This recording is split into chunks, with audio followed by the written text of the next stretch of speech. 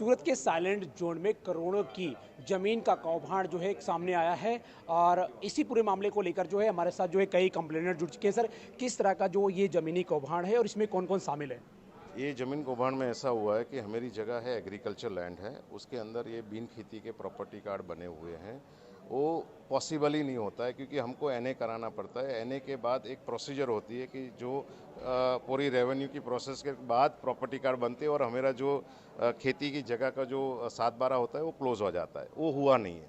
तो मतलब ये लोग ने ऐसा किया है कि टोटली सिस्टम गवर्नमेंट को भी गलत गलत किया, गवर्नमेंट के साथ फ्रॉड डॉक्यूमेंट भी बनाए और डॉक्यूमेंट के बेस पे ये लोगों ने प्रॉपर्टी कार्ड क्रिएट किए।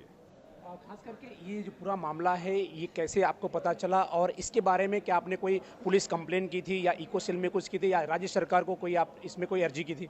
हाँ, इसमें हम लोगों ने जैसे हमको मालूम पड़ा कि कोई एक ब्रोकर आया था मेरे पास प्रॉपर्टी कार्ड लेके, तो वो बेस पे हमको मालूम पड़ा कि जगह तो हमारी है, वो खेती की है, वो बीन खेती कैसे हो गई। तो उसमें हम लोगों ने चेक किया, ऑनलाइन पे होता है, उसका पूरा बोर्ड होता है। तो वो हमने वहाँ चेक करके पूरा मालूम किया कि जितने हमारी 7/12 है और दूसरे 22-23 खेडूत की 7/12 में भी ये लोग ने प्रॉपर्टी कार्ड क्रिएट कर दिए हैं। तो हम लोग गए कलेक्टर को, कलेक्टर, मुख्यमंत्री, रेवेन्यू मिनिस्टर, सबको हमने एक लेटर के हिसाब से भेजा। तो उसके सामने हमको सीएम का रिस्पांस आया, लेकिन कलेक्टर का हमको कोई रिस्पांस नहीं आया।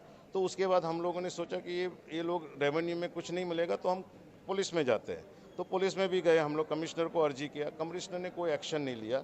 और उसके बाद हमने इको सेल में भी किया, तो इको सेल ने भी कोई उसमें नहीं किया और बिना कोई किसी का भी स्टेटमेंट लिए फाइल दफ्तरे कर दिया। खास करके अभी बात करें तो इस समय जो है सीआईडी क्राइम में भी ये मामला दर्ज हुआ है।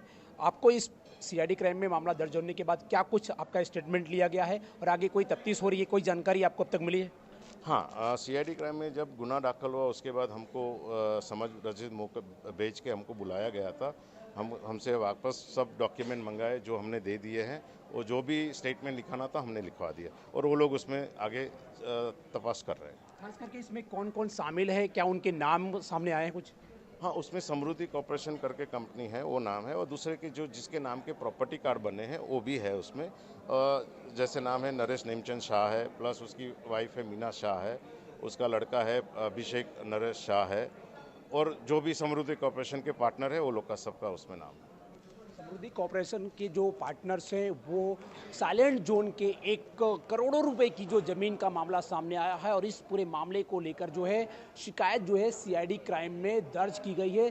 सीआईडी क्राइम में ये जो शिकायत दर्ज की है, इसके पहले जो है शिकायतकर्ता जो है राज्य सरकार से लेकर कलेक्टर और पुलिस कमिश्नर को भी अर्जी कर चुके हैं, लेकिन वहाँ से कोई भी रिस्पॉन्स नहीं मिला। लिहाजा सीआईडी क्राइम में ये पूरा मामला गया और सीआईडी क्राइम में दर्ज होने के बाद करोड़ों रुपए की जो समृद्धि कॉर्पोरेशन जो लिमिटेड प्राइवेट लिमिटेड जो ये फॉर्म्स है, इस फॉर्म्स के कई ऐसे इसमें भागीदार से लेकर जो है कई लोगों के ऊपर जो है एफआईआर दर्ज हुई है। सीआईडी क्राइम इस पूरे मामले को लेकर तफ्तीश कर रही है, लेकिन सबसे अहम जो बात है कि राज्य सरकार जो है जो लैंड ग्रैबिंग जो मामला है इसमें अभी तक कोई एक्शन नहीं लिया है, क्योंकि ऐसे ही भ्रष्टाचार और जो जमीनी कौभांड है वो लगातार हो रहे हैं। क्योंकि इससे पहले भी आपने देखा होगा कि डुमस की एक जमीन में पूर्व कलेक्टर आयुष को जो है इसमें सस्पेंड किया गया था, लेकिन एक बार फिर जो है कहीं ना कहीं समृद्धि जो कॉर्पोरेशन है उसके कई भागीदारों के ऊपर जो है सीआईडी क्राइम में मामला दर्ज हुआ है। आखिरकार में ये पूरा मामला क्या है और किस तरह से ये पूरा कौभांड जो किया गया इसको कब तक जो है राज्य सरकार से लेकर सीआईडी क्राइम इस पूरे मामले में एक्शन लेगी, ये देखने वाली बात होगी। सूरत से कैमरामैन सागर के साथ राजेश विश्वकर्मा, ब्यूरो रिपोर्ट, सूरत।